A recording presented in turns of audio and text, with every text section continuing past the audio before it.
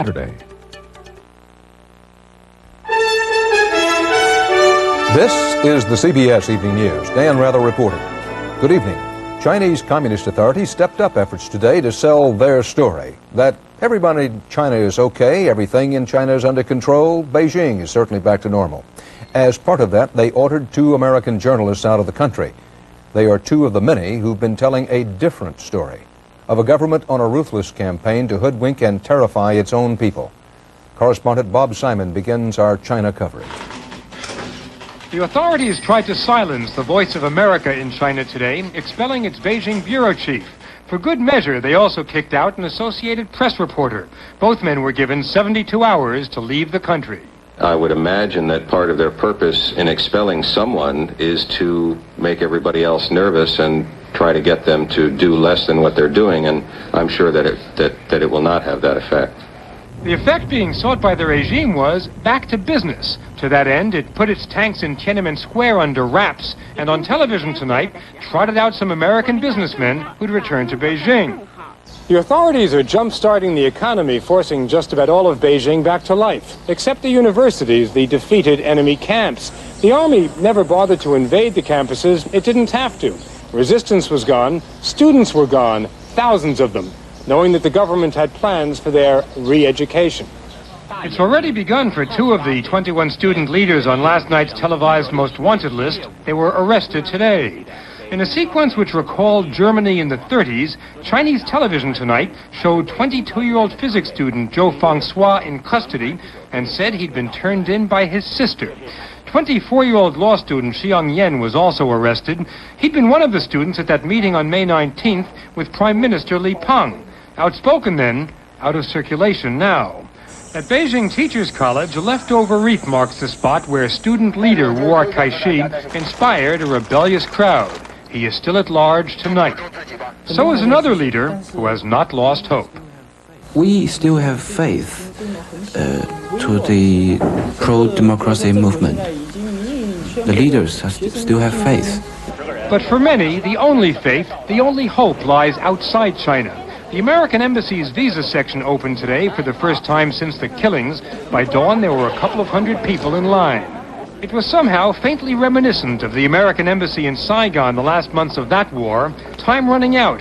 People who believe their lives depend on a good place in line.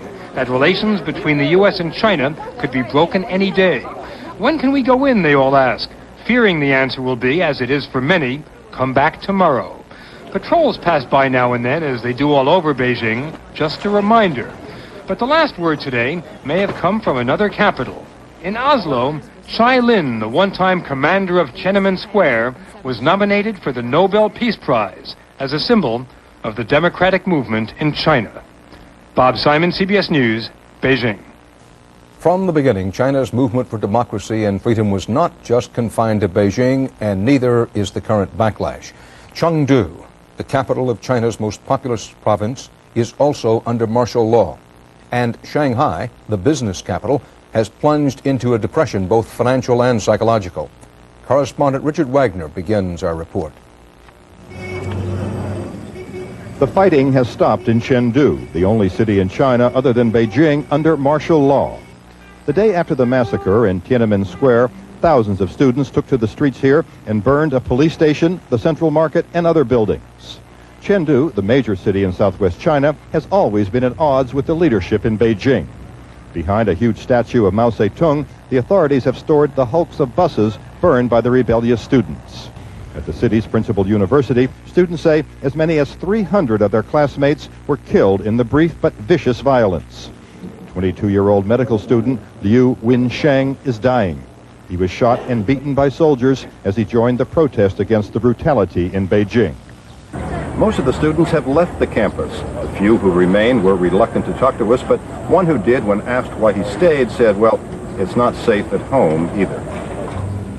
Another said he thinks that democracy will one day come to China, but that it will take at least 50 years. The authorities are claiming only a handful of people all across China were killed in the uprising, but the young people of Chengdu are not buying what they call the big lie.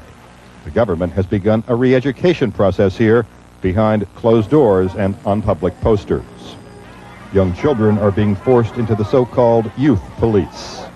Here in the heart of the province, which gave birth to Deng Xiaoping, the iron fist of Beijing is once again in firm control. But its grip was briefly shaken, and that moment will not be forgotten.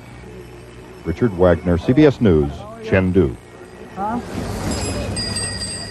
There's a desperate effort in Shanghai now to suspend reality, to convince residents and foreigners alike in this industrial center that nothing's changed here.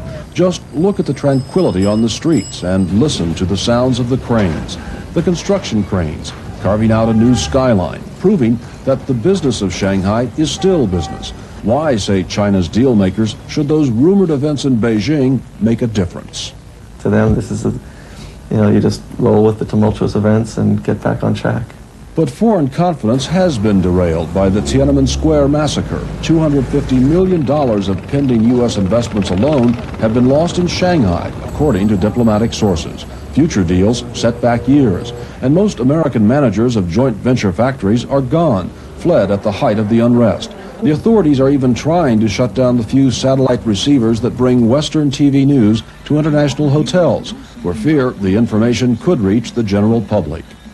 Inside China, in Shanghai, the government is winning the propaganda war. But the student protest leaders who've gone underground are not giving up, have served chilling notice they will not suspend the reality of Tiananmen Square. At the last major anti-government demonstration here in Shanghai, two students who had fled Beijing nervously approached a British reporter, showed him the blood-caked shirt of a slain colleague and the pictures he'd been taking. They asked the reporter to make sure the outside world saw the truth. They see that the Chinese people are beginning to accept the official version of events, or inclined to it, and they desperately want to redress the balance. The two students, a boy and a girl, were being hunted by the police. It's not known what's happened to them. But in China these days, one has to suspend reality to believe the outcome will be good. Jerry Bowen, CBS News, Shanghai. And still to come on the CBS Evening News. Terrence Smith on a shortfall for House Democrats about the minimum wage. And Betsy Aaron, a wet weather phenomenon that has New England buzzing.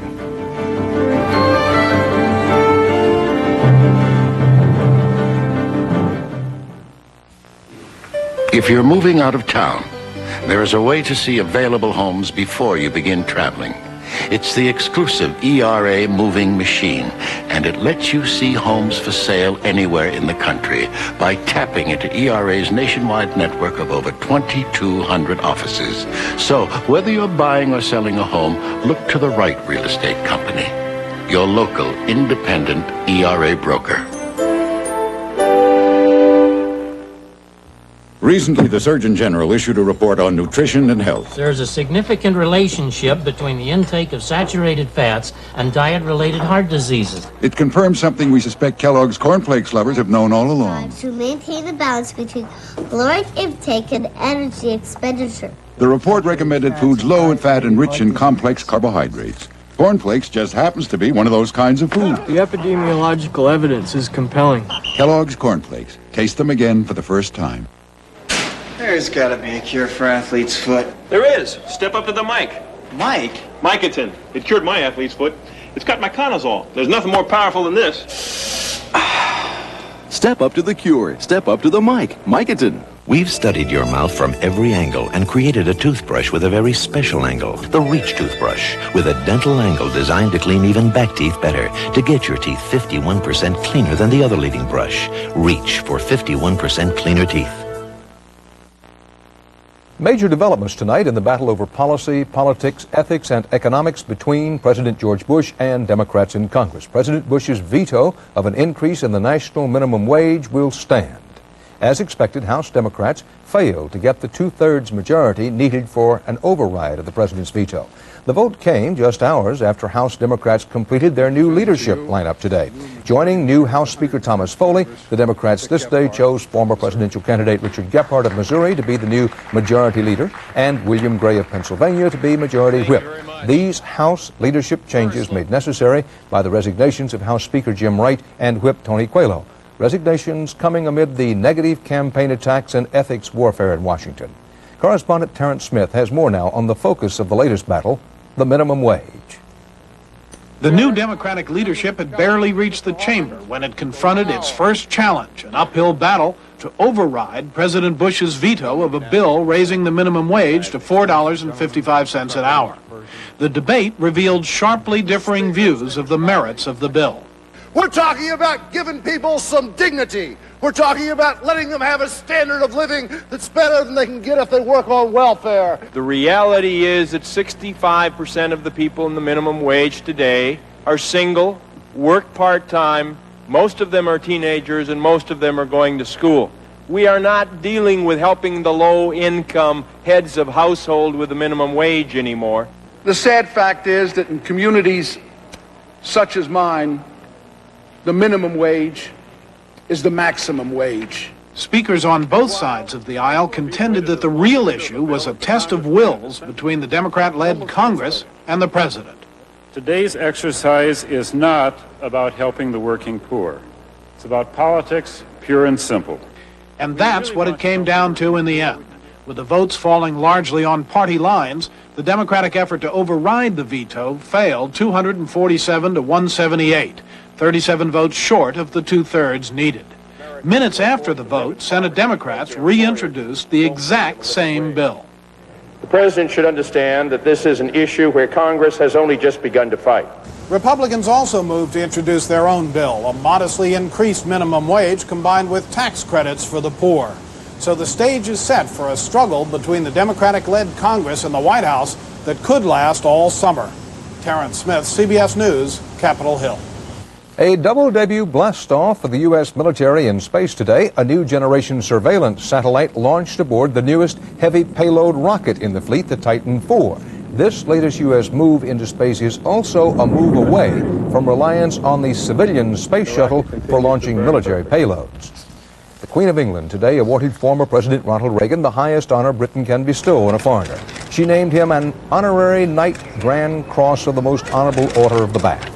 Mr. Reagan called it a splendid tribute to the two countries' special relationship. Thousands of West Germans gave Mikhail Gorbachev a hero's welcome again today as he visited the industrial city of Stuttgart. On the third day of his West German tour, Gorbachev got a taste of the Western high technology that he's seeking to help revive the Soviet economy.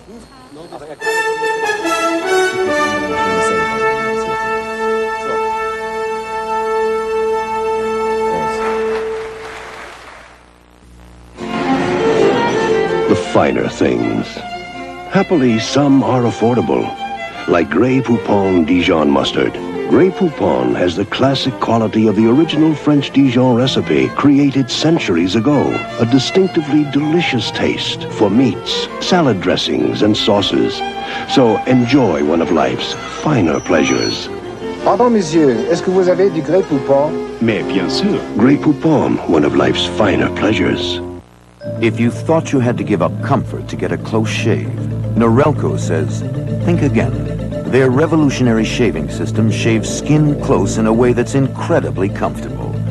As the hair enters the chamber, the patented lift and cut system lifts each hair and holds it a split second before a blade cuts it, so it's possible to shave skin close without the blades even touching the skin. The lift and cut shaving system from Norelco. We made close comfortable. Time for a quick break and one of my favorite quick snacks, Sunsweet pitted prunes. Surprised? I don't know why. They're good for you and they're delicious. Rounder, plumper, Sunsweet. Good friends and good food, but my stomach aches. My party, and Mylanta too. Double strength Mylanta 2 with nearly double the acid neutralizing power of any leading regular strength brand. Because my life takes Mylanta too. Researchers today reported that cigarettes with low levels of tar and nicotine do not protect female smokers from the risk of heart attack. The 3-year study by Boston University School of Medicine Sciences found that smokers were 4 times more likely than non-smokers to have heart attacks, and that so-called, quote, safe cigarettes made no difference. A 1983 study produced similar findings for men. The U.S. Customs Service is reportedly floating the idea now of offering $5 million bounties for the apprehension of big-time drug dealers outside the United States. Treasury and Justice Department officials are reportedly against this bounty idea, calling it a legal and diplomatic nightmare. No question about the nightmare of drug dealing, addiction, death, and violence ruining many American neighborhoods. Tonight, we began a new series of investigative reports. Harold Dow has our first on traffickers not old enough to buy a drink or be prosecuted as adults. An American crisis. Teenage drug dealers. A neighborhood drug dealer controls this New Jersey housing project and the streets around it. Officials call it a professional operation run by youngsters. It takes the Essex County prosecutor weeks to identify the head man, an 18-year-old. His street name, Moon. Everybody out here is to be taken down. They call it Operation Moonbeam. The object of the day is to take back the Wilson Reed housing complex in Orange and turn it back over to the residents of the city of Orange and alleviate the drug problem in that city and send him back to the moon. Whoa, whoa, whoa, whoa, whoa, whoa. Have everybody come in. What difference does it make? Bed is bed, screwball. The cops find their man, Moon, in his grandmother's apartment, sleeping. Also rounded up, Moon's youthful sales team. $500 a week. A kid may be 15, 16 years old. There's no job at McDonald's that can give you that kind of money.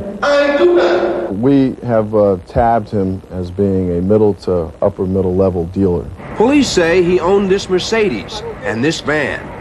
This is where he kept the drugs that he sold.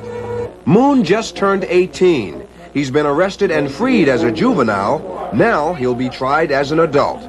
Happy birthday. I ain't gonna say I never sold drugs, but people got me labeled to be what I ain't. I'm not no big drug dealer. Well, how would you describe what you do? I make a living, I'm not saying... But the prosecutor says he did better than that.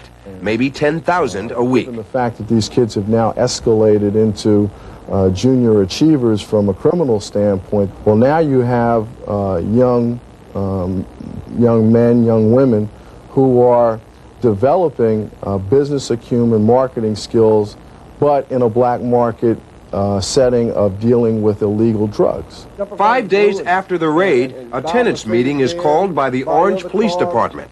In nowhere in the world this person should have built up this here type of stronghold over here to hold all of you hostage. A lot of people around here are afraid to open their mouth. Why should my mother be afraid to come in or go out? Anytime she has to come in or go out. If we came together as a people and started helping ourselves, we wouldn't need the police department. You are going to have to help us.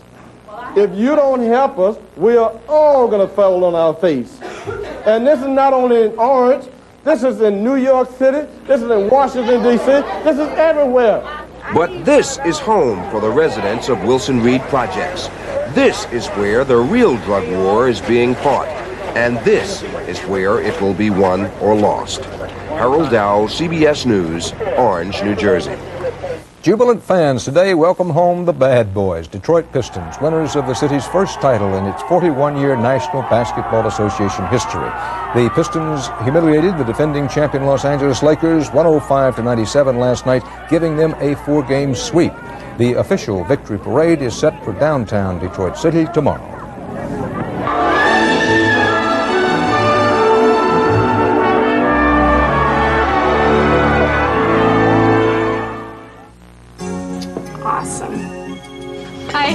So how'd you do your hair? Jumper cables? How do you say I blew it?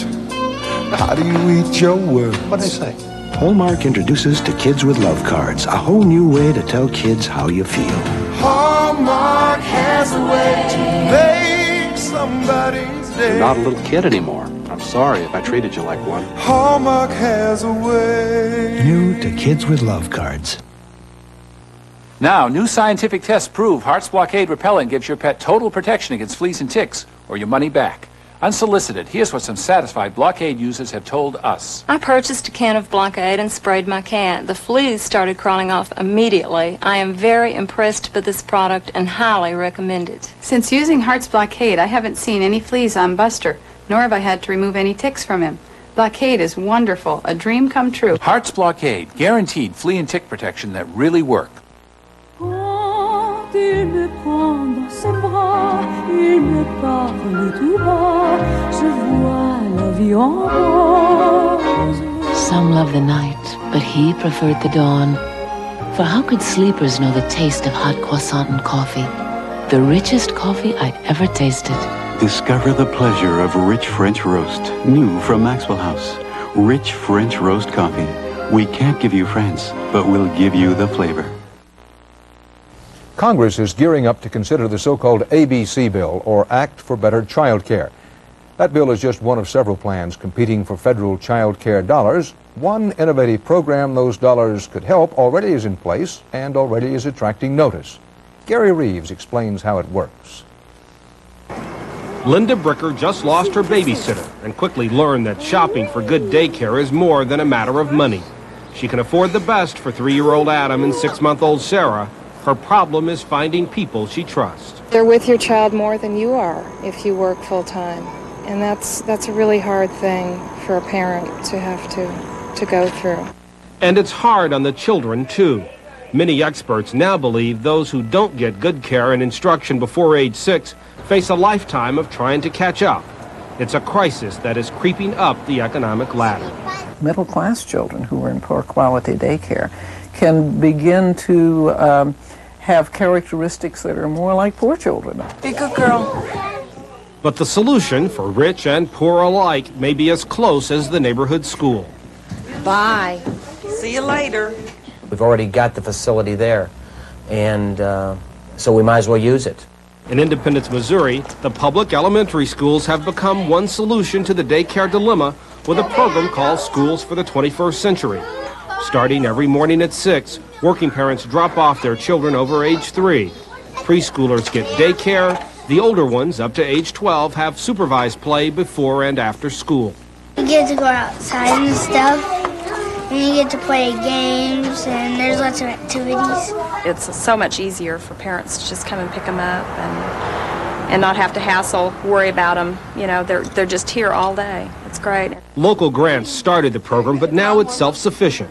Parents pay a maximum of $55 a week, much less than for private care, because they use school facilities already paid for by taxes. It's the idea of the Yale University psychologist who also invented Head Start. The long-term solution has got to be the school solution. Parents paying for most of it with fees, and the government, both the feds and the state government, paying for poor children. The concept is catching on in at least 5 other states. This fall at Hartford's Matanzas Elementary School, daycare will become part of the program. Principal Edna Negrone hopes it helps solve some of the learning problems she blames on poor child care in the inner city. If we can provide the kind of services and supports to these families in a way that is comprehensive, that actually works, it can be duplicated anywhere. The 21st Century Schools program is one of several plans in tough competition for limited federal daycare dollars. Congressional Democrats favor their ABC bill that subsidizes daycare centers for poor and middle-income families, while President Bush prefers to give low-income parents a tax break to pay for whatever daycare they choose. Civic and political leaders are all rushing to solve the daycare crisis.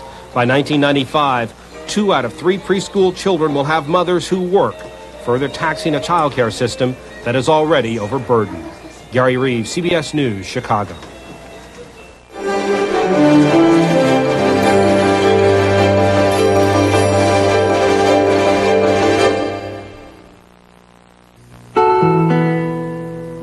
This is Terry. For her, cooking in olive oil is a family tradition. Unfortunately, so are excess fat and calories. Well, Terry, meet Pam. New olive oil Pam cooking spray. Because it's Pam, it adds up to 90% less fat and calories. And because it's imported olive oil, it has a great taste. Who says you can't improve on tradition?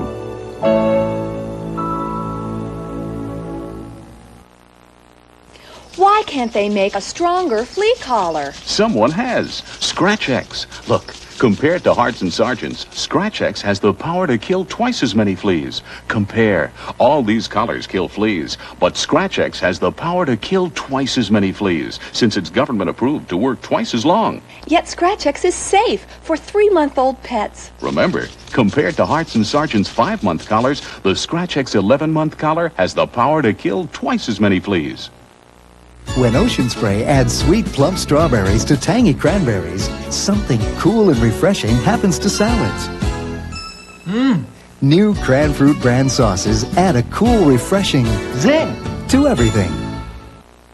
After you've produced the yearly report in record time and made color part of your winning proposal, you'll know why Canon is the most popular copier in America. From personal to color laser copying, the choice is Canon. Mosquito alert. Dry or cool weather has kept their numbers down in much of the country. In other sections, they're running or flying at about average. But from Maine to the Carolinas, the mosquitoes are worse than usual. And in parts of New England, Betsy Aaron reports the problem is epidemic.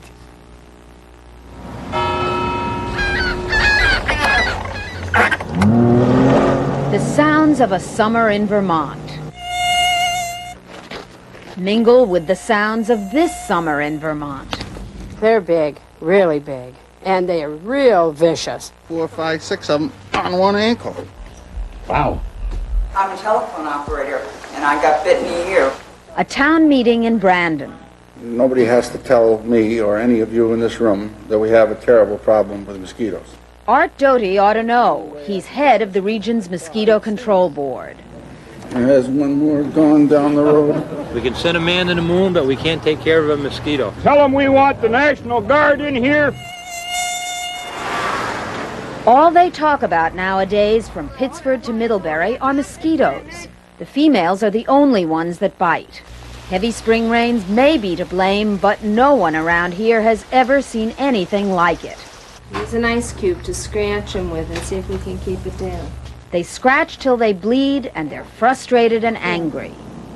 One big reason for the problem is the fact that the experts say there are up to 10,000 acres of swampland around here. You could call this place mosquito heaven. It's a breeding ground for 20 different species. This is the worst year ever. This is by far the worst. Mosquitoes have become an economic and a political issue. Last week, the governor showed up with a check for mosquito control. On behalf of a lot of itching, scratching people, we thank you. But the fear is there is too little money and it arrived too late. Lakeside cottages for rent stand empty. We know you've got a problem, but we don't want to scare people away from Vermont. Tourism is big business here, but tourism and mosquitoes don't mix. If the population continues like this all summer, then definitely this isn't the place to come. Meanwhile, man tackles mosquito in any way he can. In the future, another weapon, the pesticide scourge. And it excites the nervous system of the mosquito to the point where it gets shaking pretty bad, and it actually shakes its legs off. Whatever works. Betsy Aaron, CBS News, Brandon, Vermont. And that's tonight's CBS Evening News. Dan Rather. See you tomorrow. Good night.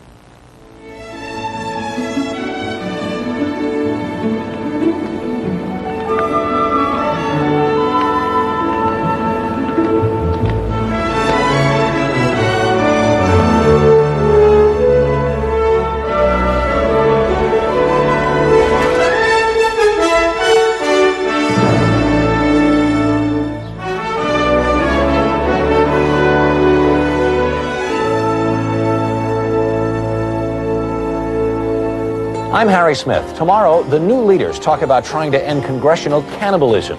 Also, beating the summer blues and the official Elvises on CBS This Morning. This is CBS.